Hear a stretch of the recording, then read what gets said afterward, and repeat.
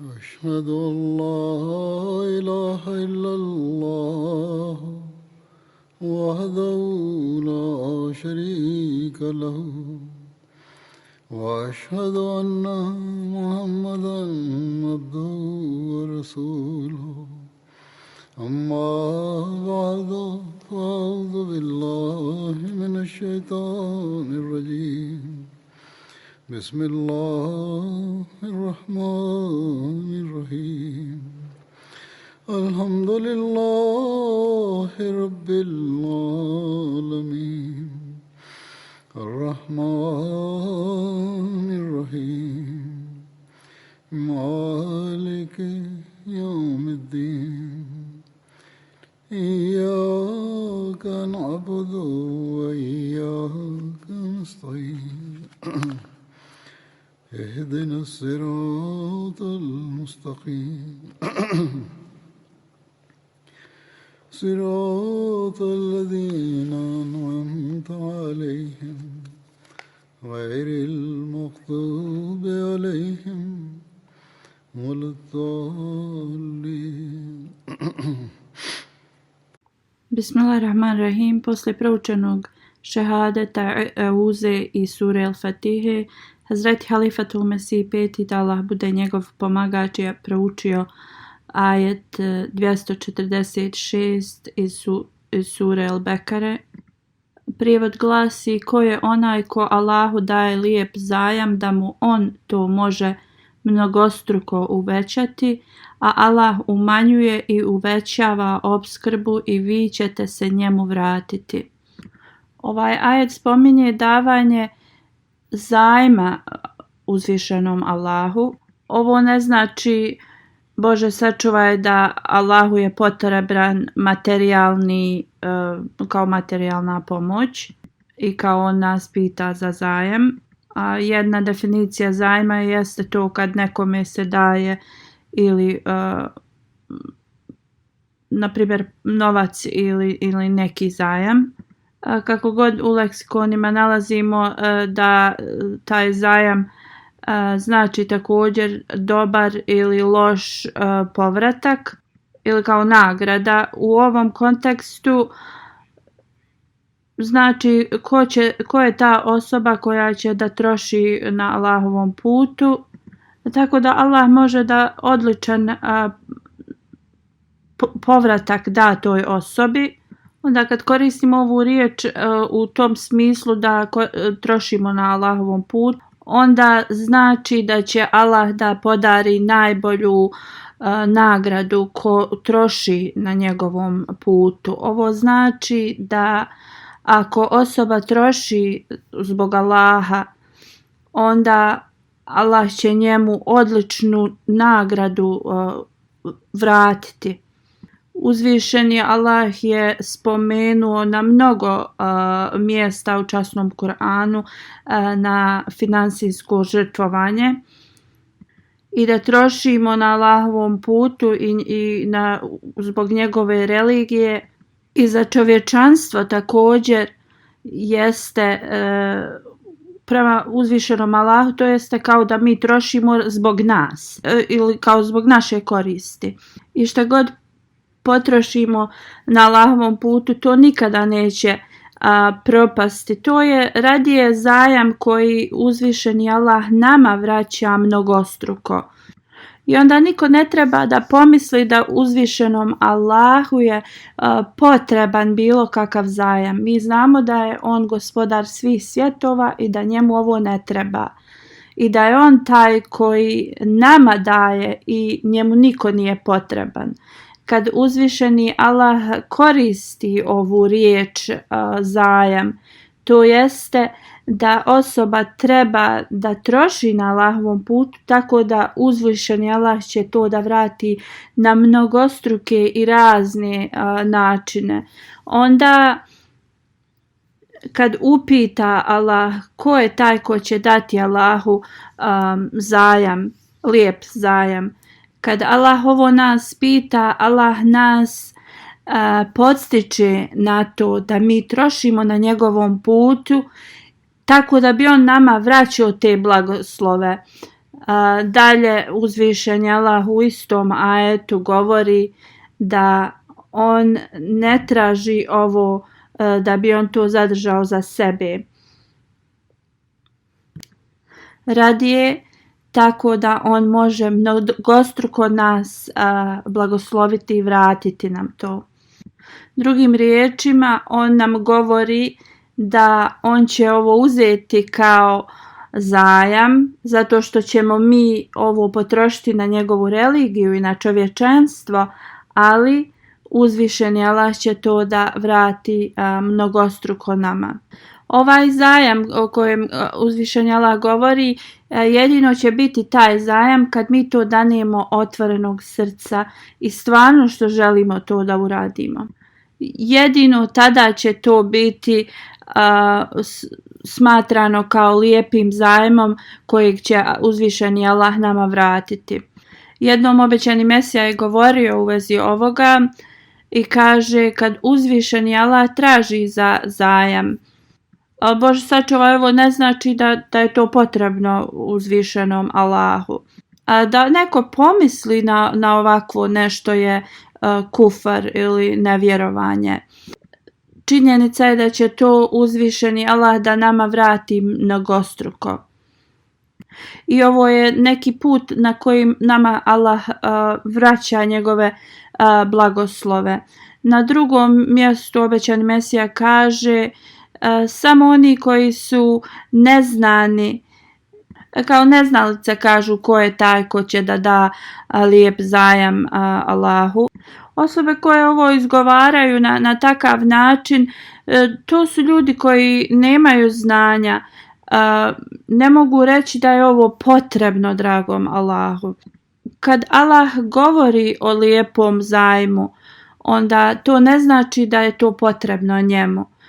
Obećani Mesija alejhi selam kaže da to znači je da mi ćemo dati to, ali Allah nam kaže da će to on mnogostruko da vrati. Ali ovi ljudi, oni govore kao ovo je potrebno Allahu.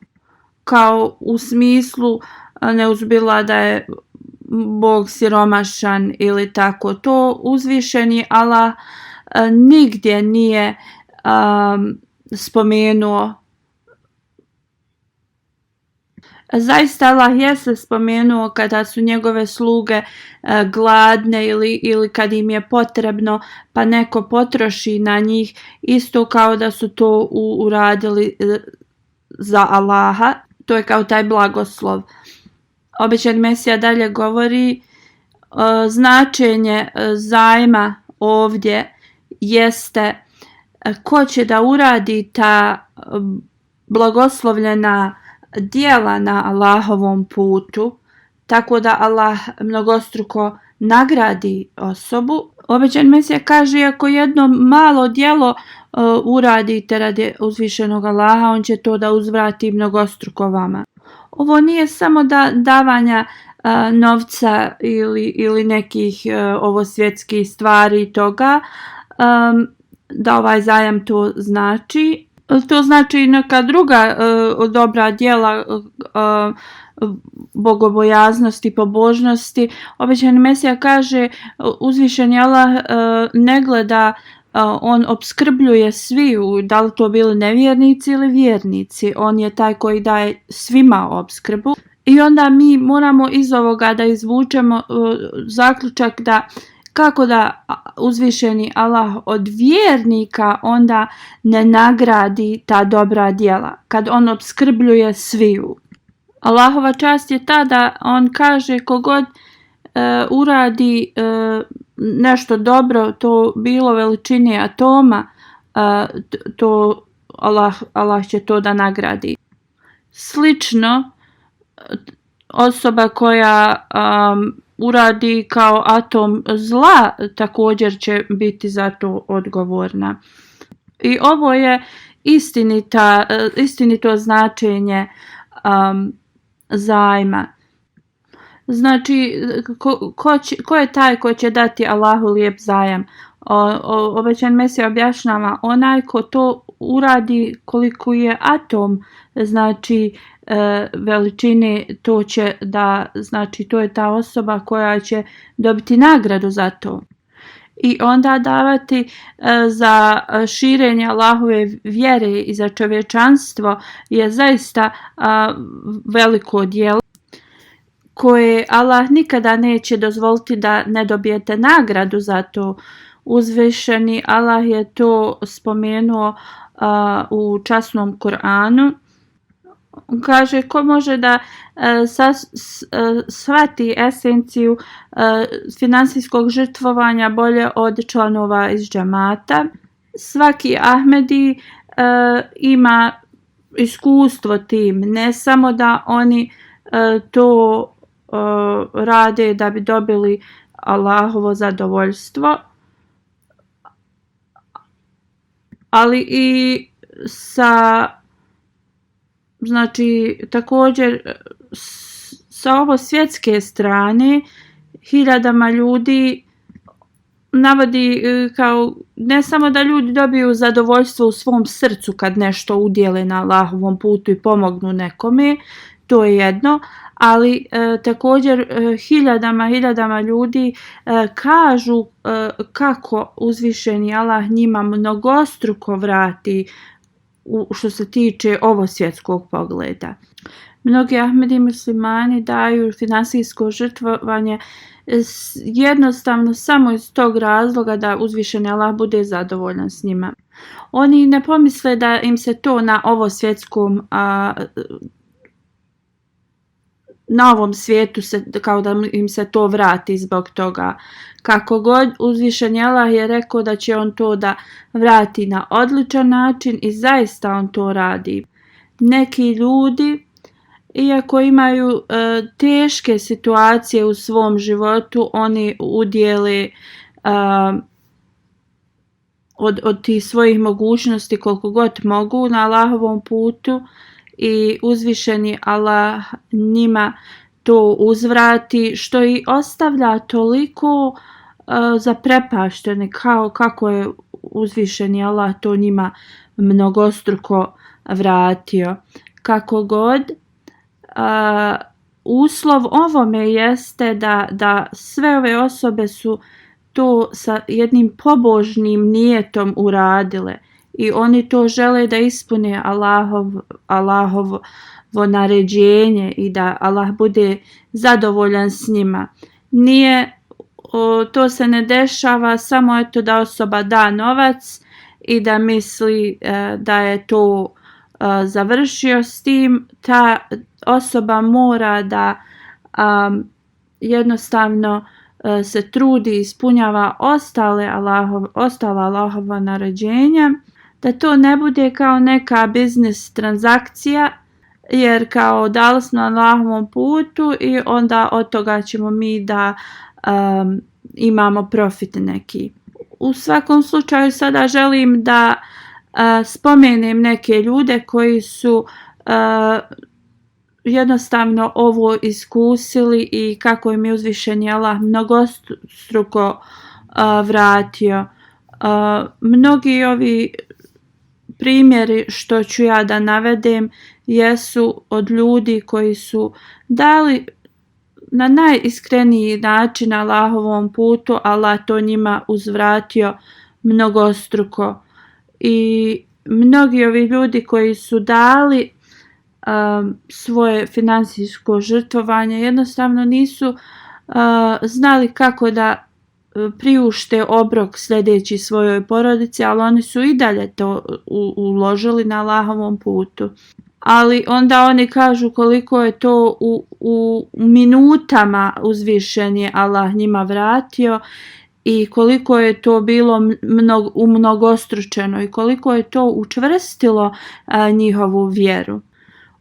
To su ti ljudi koji su zaslužili zadovoljstvo Allahovo i mi nalazimo toliko primjera u Ahmedija muslimanskom džamatu. Presjednik iz Giniki Konakari piše, on kaže da je pročitao u svojoj džamiji hutbu od Halifatul Mesiha u kojoj je on pričao u vezi udjeljivanja na Allahovom putu, u vezi vakfe džedida, u vezi toga kako trebamo da se žrtvujemo u vezi financijskog žrtvovanja. Također neke pisanja od obećanog Mesije su bila u toj hudbi. Tu je spomenuo isto da je obećani Mesija alejhi selam je rekao da jednostavno da dobijemo blizinu uzvišenog Allaha jeste da se žrtvujemo u finansijskom davanju na njegovom putu, i da je obećani Mesija alejhi selam rekao da osoba ne može da voli ovaj svijet i Allaha u isto vrijeme. I u toj hudbi također su bili razni primjeri svjedočenja ljudi u vezi finansijskog žrtvovanja. On kaže poslije džume Musa Kuba sahib je došao do mene i izvadio je sve što je imao novca u svom novčaniku, iako je on platio svoje čende prije toga. Ja sam ga upitao koliko je. On je rekao, ja sam dao sve što sam imao, ti izbroji za sebe. On je to dao za vakfe džedid i rekao mi je, ja to dajem da povećam ljubav uzvišenog Allaha. Kad je on to izbrojao, 85.000 tih njegove valute je dao. On kaže, ja sam mu rekao, trebao si da ostaviš nešto da imaš da platiš prijevoz nazad. On mi je tad rekao, zar ti nisi shvatio da je obećani Mesija rekao da ne možemo imati dvije ljubavi u isto vrijeme. Tako pusti me da danas ja samo imam ljubav prema uzvišenom Allahu i da imam jednu ljubav u svom srcu, a za ostalo će se Allah kao pobrinuti.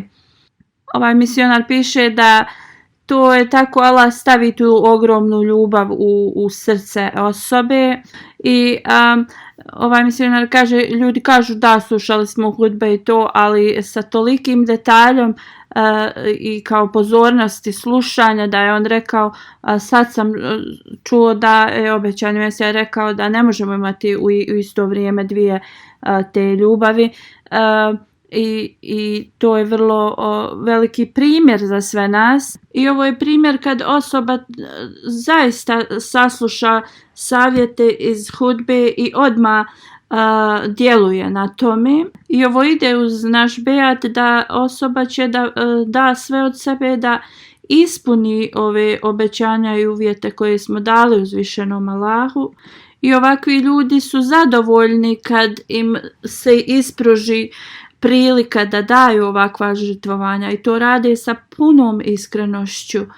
A naši neprijatelji kažu da će da izbrišu ime Ahmedijata sa ove zemlje. Ko ima tu snagu da izbriše ovakve iskrene ljude? Uzvišeni Allah je taj koji čuva ovakve ljude, a neprijatelji su izbrisani sa ovog svijeta. Denova sahiba,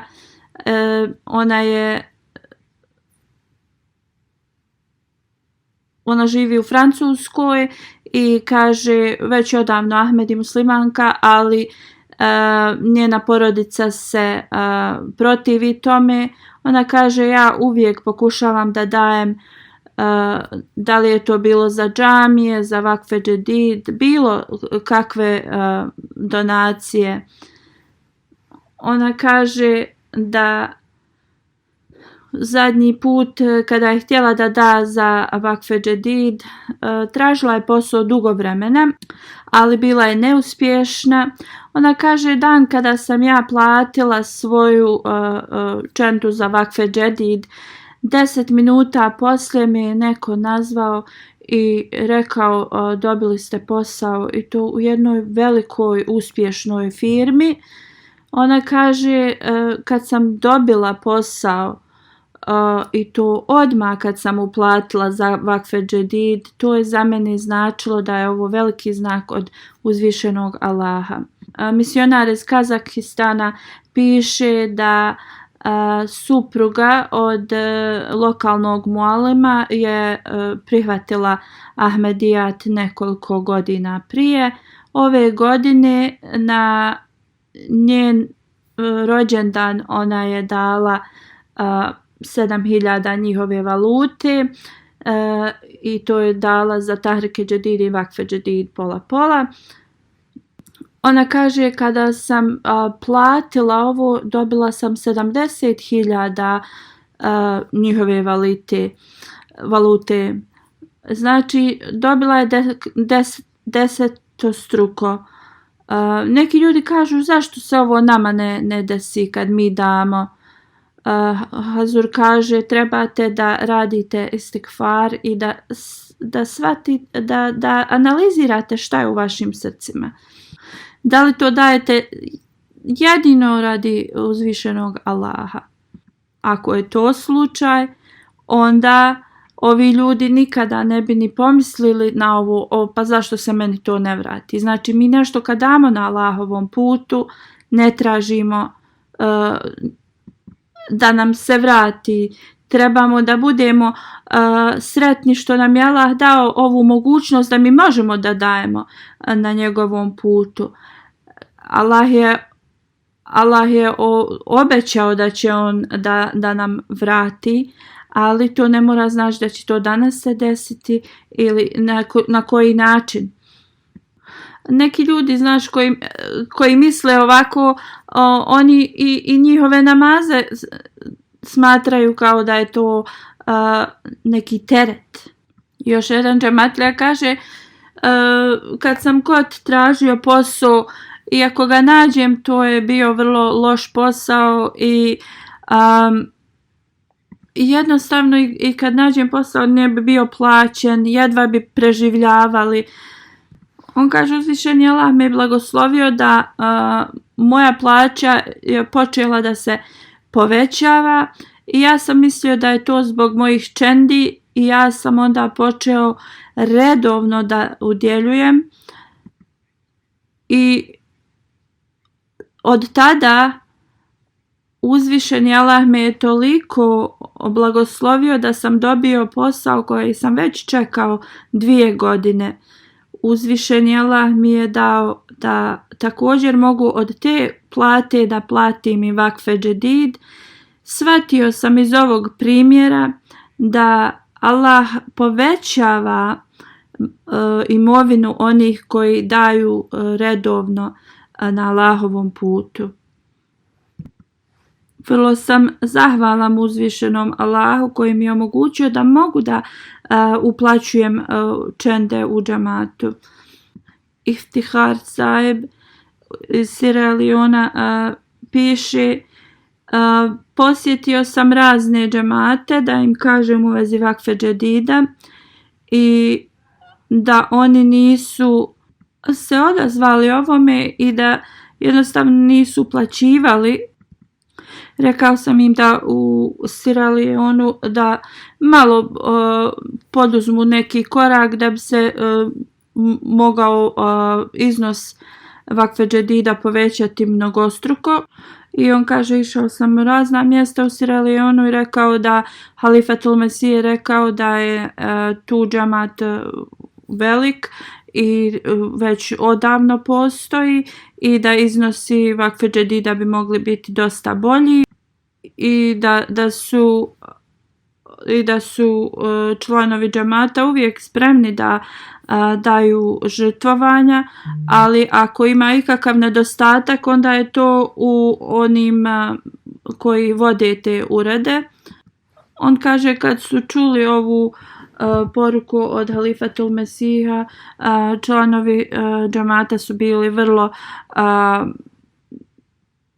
motivisani. Ne samo da su oni tad platili za Vakfe Džedid, nego su također platili i ostale čende.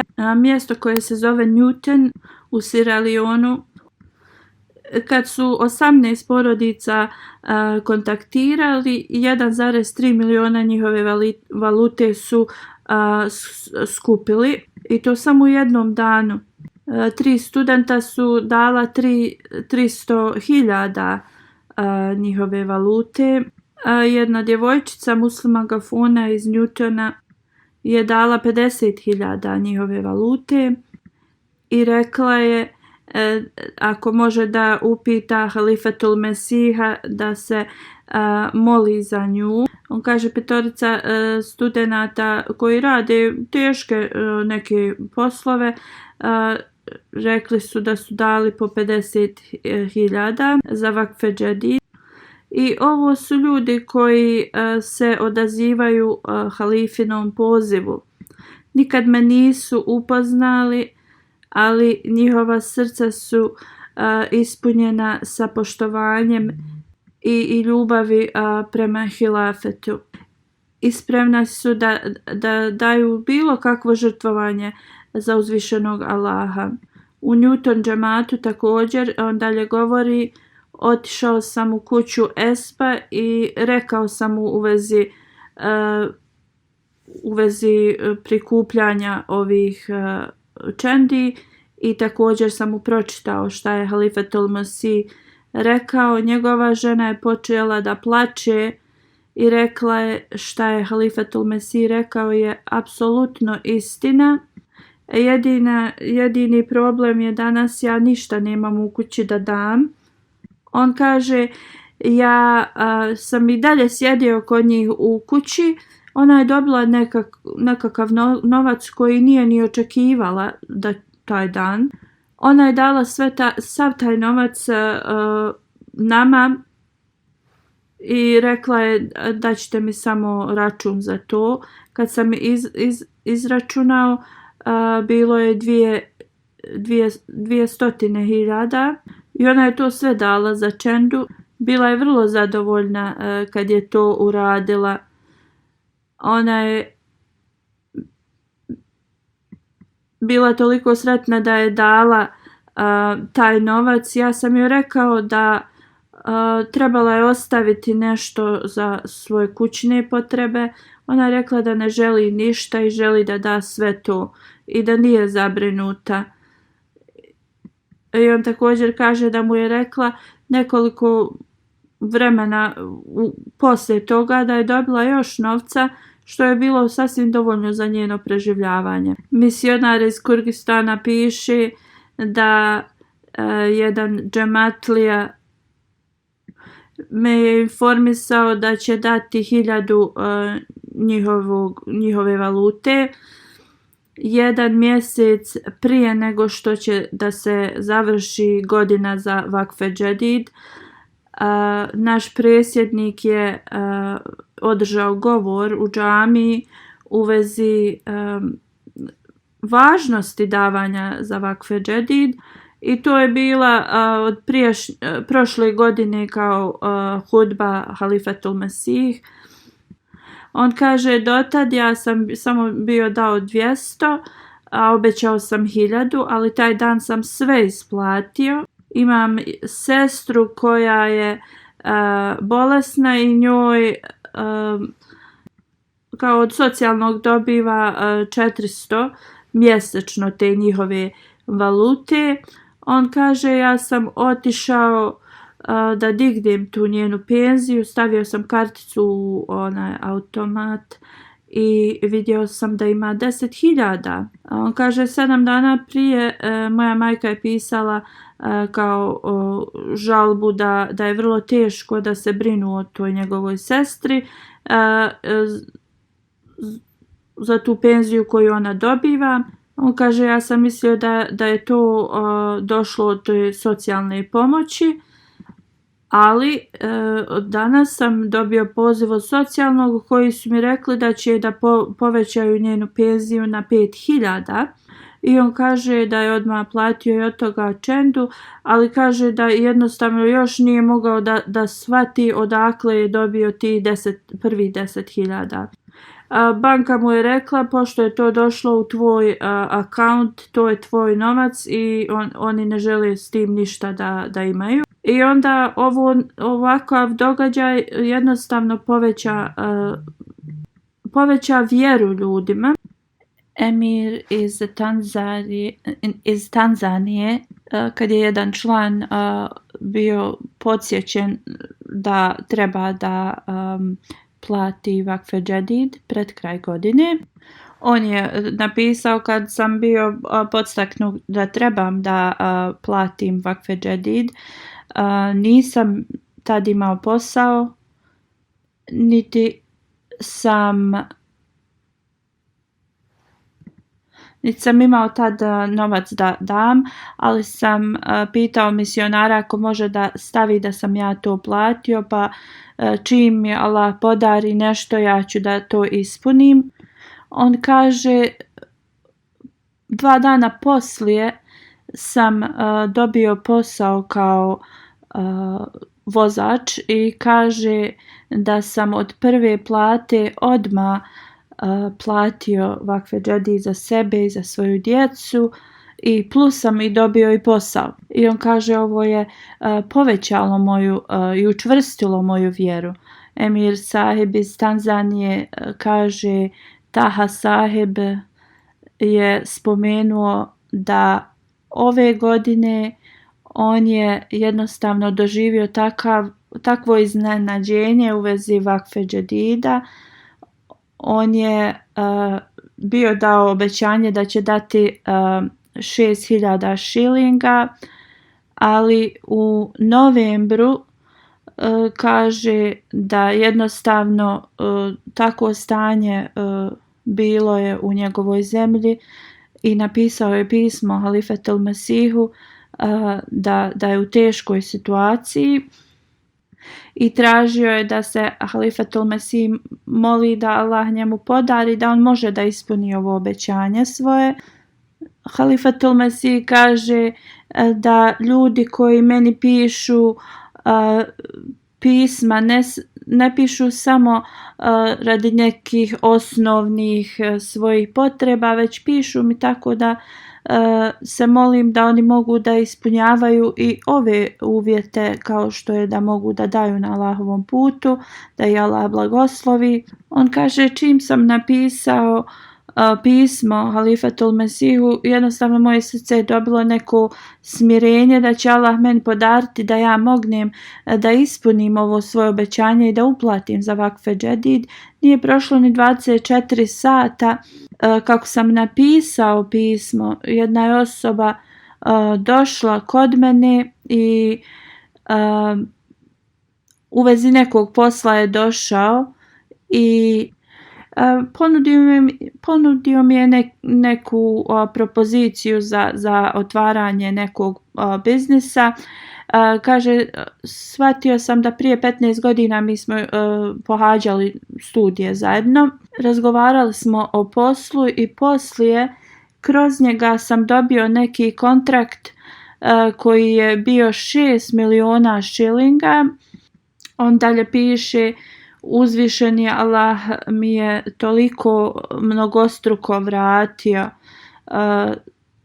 Ja sam stavio 600.000 kao moje obećanje da ću da platim, a Allah mi je vratio 6 miliona vrijedan posao. I prvo što sam uradio jeste da sam platio svoj vakfe džedid obećanje.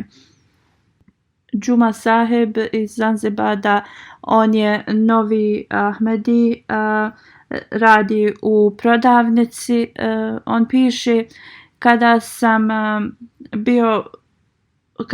bio podstaknut da trebamo da platimo vakfe džedid, posao je tad bio vrlo, nije mu išao dobro. On radi na istovaru ili utovaru i kaže tada nije bilo posla, financijski sam bio vrlo nestabilan. Molio sam se nekoliko dana na tahadžudu da Hazur kaže ja sam spomenuo ranije da je ovo osoba koja je siromašna, ali On se nije molio za svoje potrebe, on se je molio na tahadžudu da mu Allah podari da može da ispuni svoje obećanje koje je dao da utroši na Allahovom putu. I znači na svom tahadžudu se je samo molio da on bude u stanju da ne izostane iza toga, da ne uplati svoje obećanje.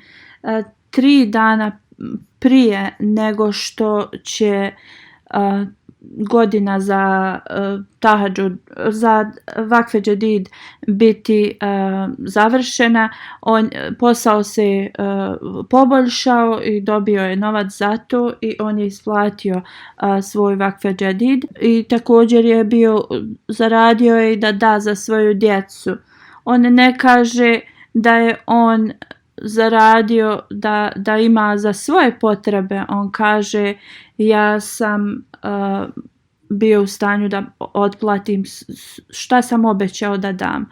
On kaže kako sam postao Ahmedi, uzvišeni Allah me je blagoslovio mnogostruko i to je sve jednostavno što ja uplaćujem svoje čende.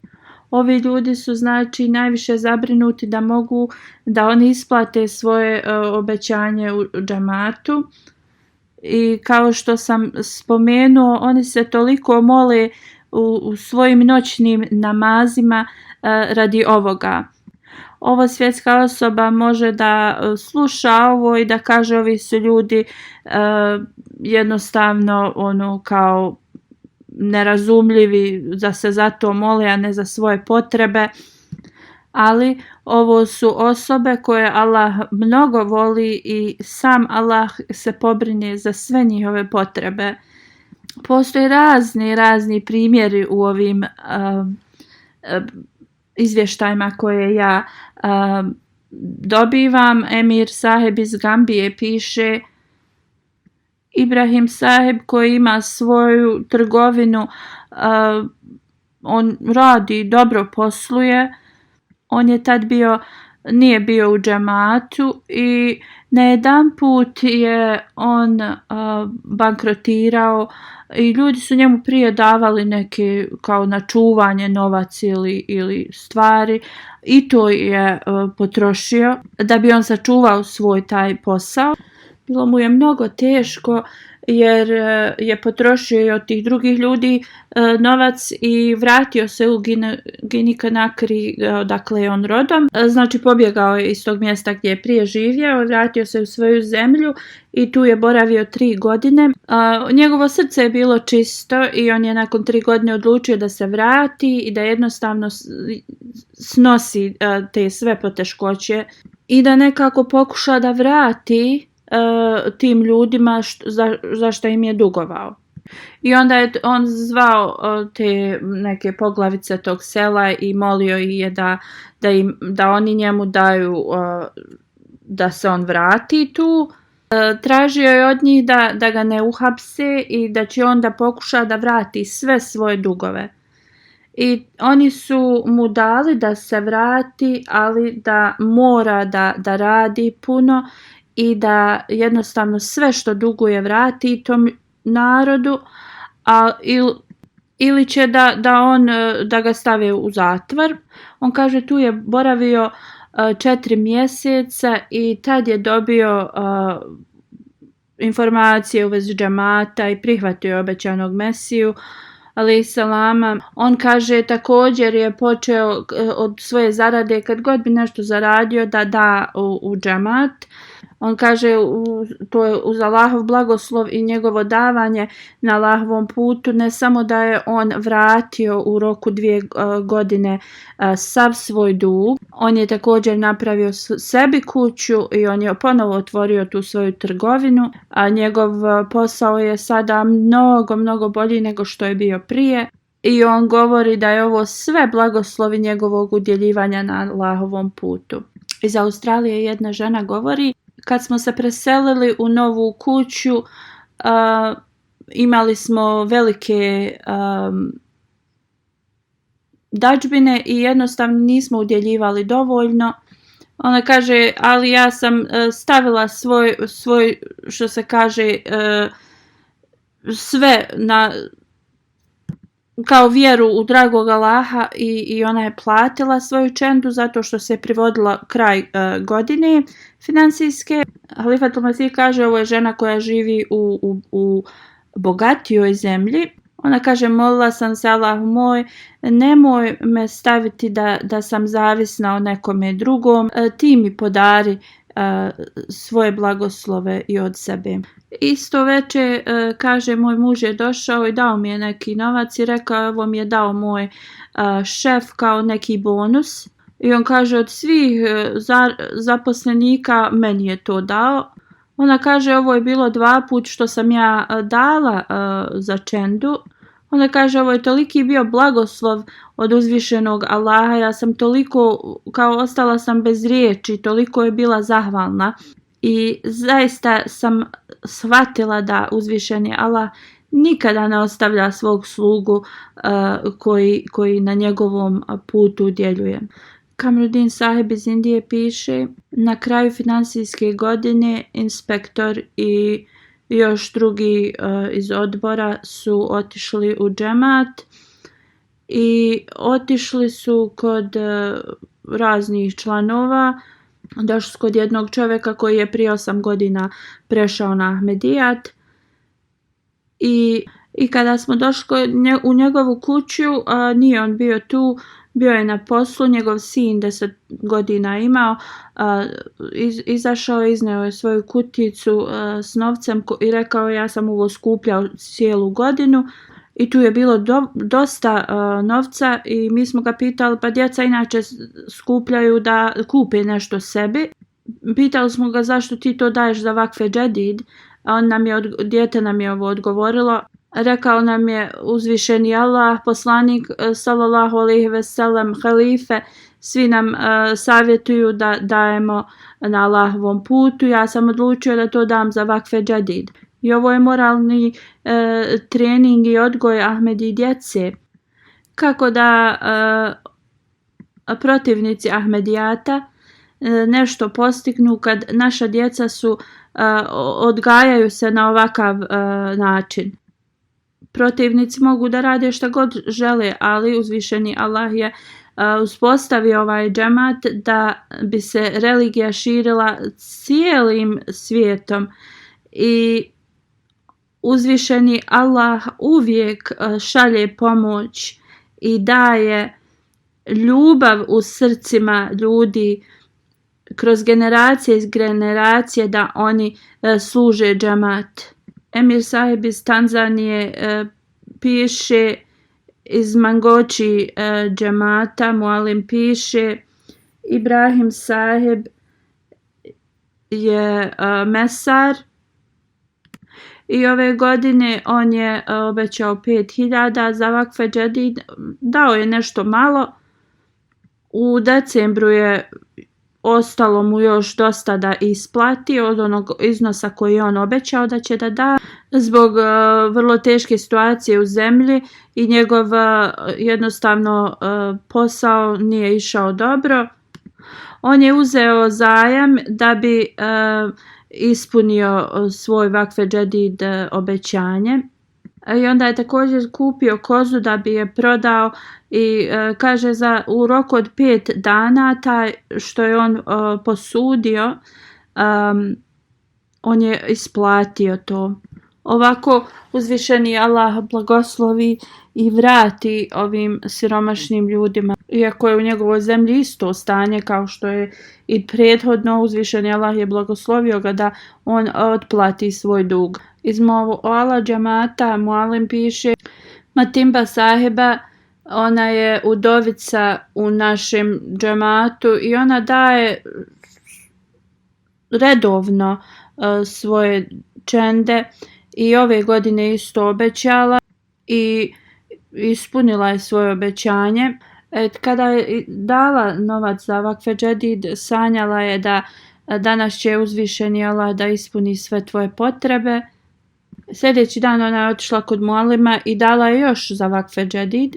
Ona kaže, zbog mojih donacija za džemat uzvišeni Allah uvijek mi da dobre usjeve, a ovaj put mi je uzvišeni Allah i obećao da će mi da pomogne. Misionar iz Albanije piše u vezi novih Ahmedi članova. Michael Isbeja Saheb, koji je primio Ahmedijat 3 godine prije. On je također tablik sekretar i aktivan član džemata. I jedan dan je donio neku kutiju, bila je puna novca.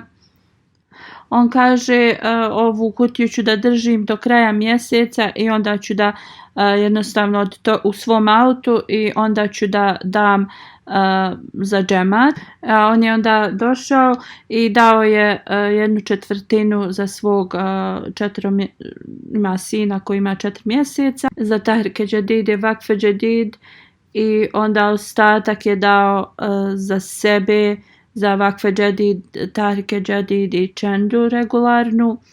I onda svaki mjesec bi dolazio i donosio tu kutiju koju on štedi novac i davao bi za čende.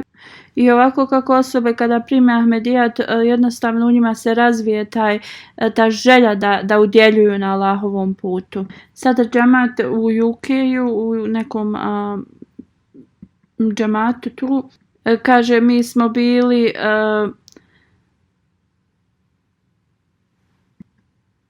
iza onoga što po njihovim reportima nisu bili skupili dovoljno za Vakfe Džedid. Kaže, budio sam se svako jutro i molio uzvišenog Allaha na tahadžudu da se to ispuni.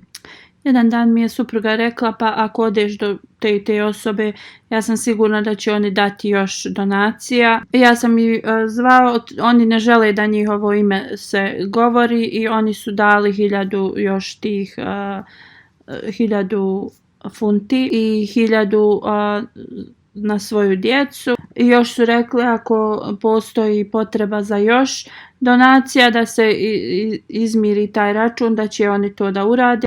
Vakfe Džedid, sekretarica za žene iz Islamabada u Velikoj Britaniji, kaže, poslije kad sam završila svoj univerzitet, bila sam prezauzeta odgojom svoje djece. Sada im je 5 i 8 godina i moj muž uvijek plaća za nas sve u džamatu donacije. Zbog toga što on uplaćuje zbog nas, jednostavno sam smatrala da to nije moje pravo financijsko žrtvovanje.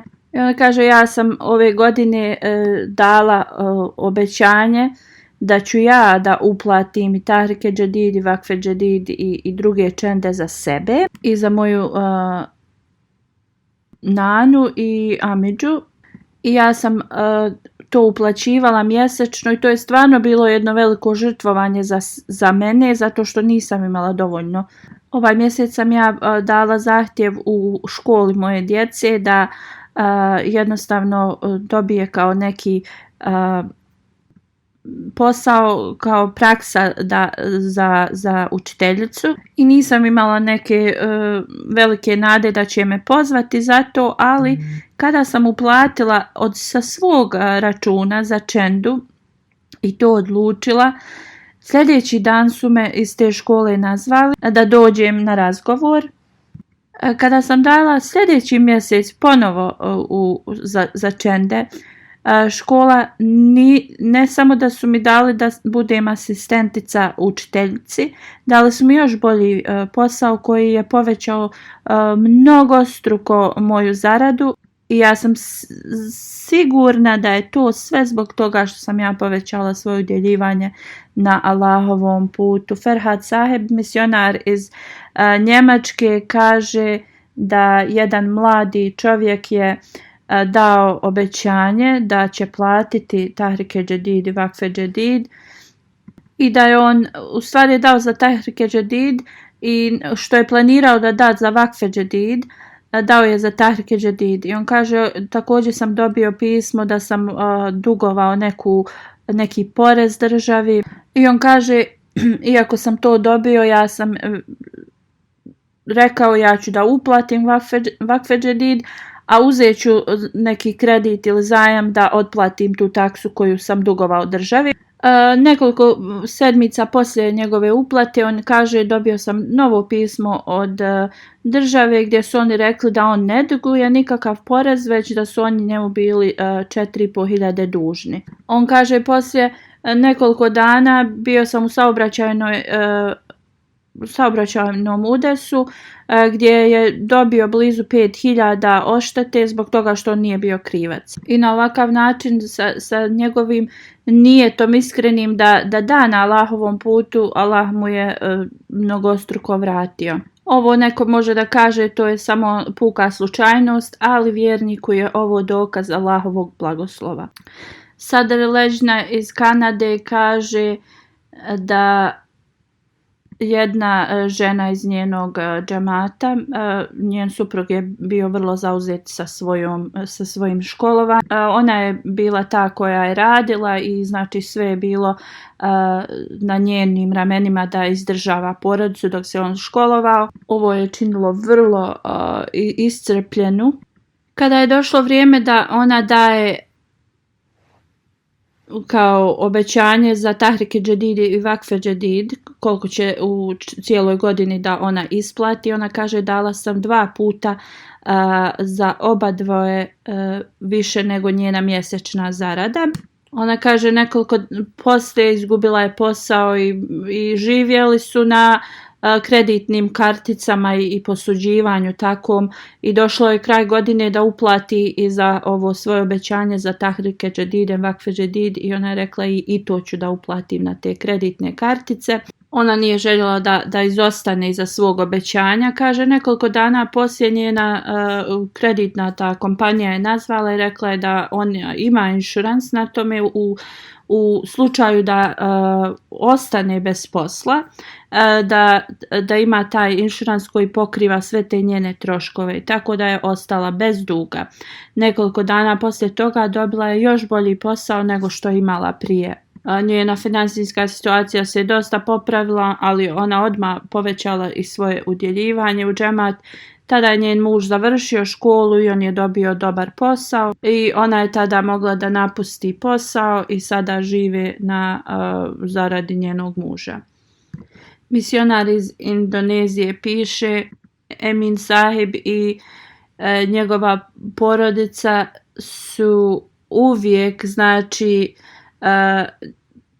da u toku Ramazana moraju da daju za Vakfe Džedid i Tahrike Džedid da isplate svoju sumu. Ove godine zarada mu je bila vrlo mala i bilo je kao nemoguće ispuniti to obećanje u toku Ramazana. Misionar dalje piše, misionar kaže ja sam, iako su postili, on i njegova porodica su putovali 4 kilometra svaki dan na njihov mjesto gdje su imali neke usjeve i obrađivali, tako da bi oni imali da ispune ovaj obećanje koje su dali za Tahrike Džedid i Vakfe Džedid. I on je uz Allahovu blagoslov bio u stanju 200.000 njihove valute koju je obećao da donira u toku Ramazana. I ovo je bilo sa velikim naporom i trudom, ali je to uradio. Misionar kaže šta te učinilo da iako postiš svaki dan tako se trudiš. On mi je rekao ja i moja porodica želimo da ispunimo obećanje koje smo dali uzvišenom Allahu i uputama koje nam je dao halifa vremena. Burkina Faso, Napa Saheb, koji je primio Ahmedijat prije 10 godina, on nije bio regularan u davanju finansijskog žrtvovanja, nije bio ni u dobrom finansijskom stanju, ali neko vrijeme prije počeo je redovno da udjeljuje koliko on može prema svojim uslovima i za Tahrike Džedid i Vakfe Džedid. Radi ovoga ne samo da se njegove financije su se povećale, ali on je bio bolestan čovjek i njegovo zdravlje se poboljšalo. Ove godine je dao još više za Vakfe Džedid. Oni koji su mu prije jednostavno nisu davali nikakve kontrakte za posao kad je on bi to tražio. Sada sami su počeli da dolaze i da mu nude posao. On kaže da je ovo jedino kroz vakfe džedid blagoslove da uzvišeni Allah je povećao njegovu zaradu. I ovo su načini na koji uzvišeni Allah vrati zajam mnogostruko. Halifatul Masih kaže postoji mnogo ovih primjera, ali ja sam samo odvojio nekoliko, da uzvišeni Allah blagoslovi članove džamata da nastave da daju ovakve žrtvovanja i da dobijaju blagoslove od uzvišenog Allaha zbog njih. Sada želim da dam izvještaj u vezi prikupljanja za vakfe džedid u prošloj godini, iznos, i također da najavim novu vakfe džedid godinu da počinje. Uz pomoć uzvišenog Allaha 63. godina vakfe džedida se završila, 64. počinje, 31. decembra se završila, 1. januara počinje nova godina. U prošloj godini zajednica je skupila 10,53 miliona za vakfe džedid, što je povećano za 887.000 od prethodne godine. Sva hvala pripada Allahu za ovo. Ovo nije rezultat nikakve ljudske moći, ovo je sve od uzvišenog Allaha. Ove godine po prikupljanju Velika Britanija je prva kao u cijelom svijetu, onda ide Njemačka, Pakistan, Kanada, Amerika, Indija, Australija, zemlja na Bliskom istoku, Indonezija i Gana. Velika Britanija je znači veliki povećanje ove godine u prikupljanju, ali žene Leđna i Majla su tu postigle. Također i muškarci su, ali žene su više. I Njemačka je popravila se u prikupljanju, ali opet Velika Britanija je iznad njih puno. Zbog deflacije valute Pakistan je pao na manje mjesto, samo radi toga. Ahmedi u Pakistanu, oni su također napravili povećanje u prikupu, ali zbog spada valute na 3. su mjestu, ali oni ne samo da rade financijsko, oni daju svoje živote i mentalno su non stop prolaze kroz torture u toj zemlji, da im Allah olakša. Amerika je prva prema članovima davanja, onda je Švedska, iz Afrike Gana je prva, onda Mauritius, Nigerija, Burkina Faso, Tanzanija, Sierra Leone, Gambija, Kenija, Mali i Benin. Totalan broj ljudi koji su učestvovali u vakfe džedid donacijama je 1.452.000. Iz Velike Britanije istaknuti džemati su Farnham, Islamabad, Worcester Park, Putney, Birmingham South, Gillingham, South Cheam, Masjid Fazl, Birmingham West i New Malden 10. Što se tiče regiona, iz Velike Britanije Beitul Fatuh prvi, Masjid Fazl, Islamabad, Midlands i Beitul Ishan. Poslije Azur naveo prikupljanje djece u Velikoj Britaniji, 10 džamata koji su najviše skupili strane djece. Onda je Halifatul Masih naveo također male džamate u Velikoj Britaniji prema kolekcijama prvih 10. U Njemačkoj Hamburg je prvi, Frankfurt, Wiesbaden, Groß-Gerau i Lisenbad. Onda je Halifatul Masih naveo prvih 10 džamata u Njemačkoj koji su prikupili, i to prema odraslim. Također djeca, prikupljanje u Njemačkoj, Halifatul Masih je naveo prvih 10. U Pakistanu je Lahore prvi, Rabwa i Karachi. I onda je naveo distrikte u Pakistanu koji idu po redu. Također je naveo za djecu prikupljeni džemati u Pakistanu po tom redu. U Kanadi Vaughan, Peace Village, Vancouver, Brenton West, Toronto West. Poslije Halifatul Mesih naveo prema veličini džemata u Pakistanu njihove pozicije, onda regione u Kanadi po redu. U Americi prvi je Maryland, Los Angeles, Silicon Valley, Boston, Oshkosh, Syracuse, Rochester i Minnesota. A što se tiče Daftara Tval je Maryland, Los Angeles, Seattle, Orlando, Silicon Valley, Boston, Oshkosh, Minnesota, Las Vegas i Pittsburgh. Halifatul Mesih je sljedeće nabrojao provincije u Indiji po redu. Sljedeće je Halifatul Mesih nabrojao džemate iz Australije. Hazreti Halifatul Mesih se molio da uzvišeni Allah blagoslovi sve ljude koji su u ovome učestvovali i njihova potomstva i da im uzvišeni Allah podari da u svojoj vjeri se povećaju i da budu oni koji ispunjavaju dužnosti prema uzvišenom Allahu i njegovim stvorenjima. Halifatul Mesih kaže: ovih dana sam vas podsticao da se povećate da dovite za Ahmedi u Pakistanu, da uzvišeni Allah otkloni njihove poteškoće i brige i da ih drži što dalje od protivnika. Za one protivnike koji ne mogu biti reformisani, neka im dragi Allah otkloni on svojom odlukom i da uzvišeni Allah oslobodi one koji su pritvoreni u zatvorima samo radi njegovog puta. I također ubrojite i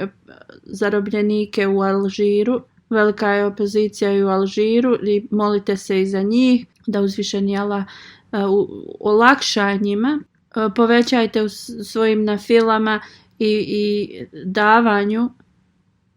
Opšte stanje u Pakistanu, oni nemaju mira i molite se za sve da uzvišeni Allah podari im mir i da jednostavno nestane tih spletkarenja, ekstremizma i nemira, da uzvišeni Allah podari njihovim vođama da budu oni koji zaista služe narodu i koji su ravnopravni.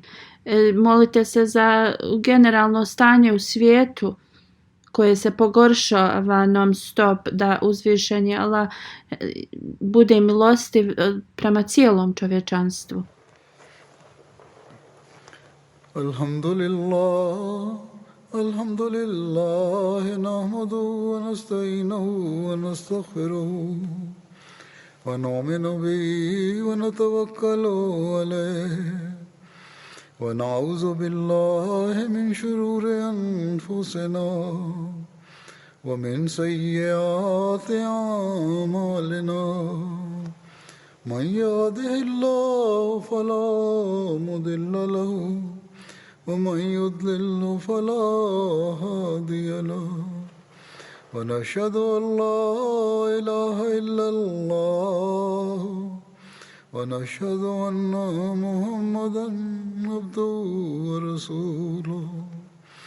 عباد الله رحمكم الله إن الله يأمر بالعدل والإحسان وإيتاء ذي القربى وينهى عن الفحشاء والمنكر والبغي يعظكم لعلكم تذكرون.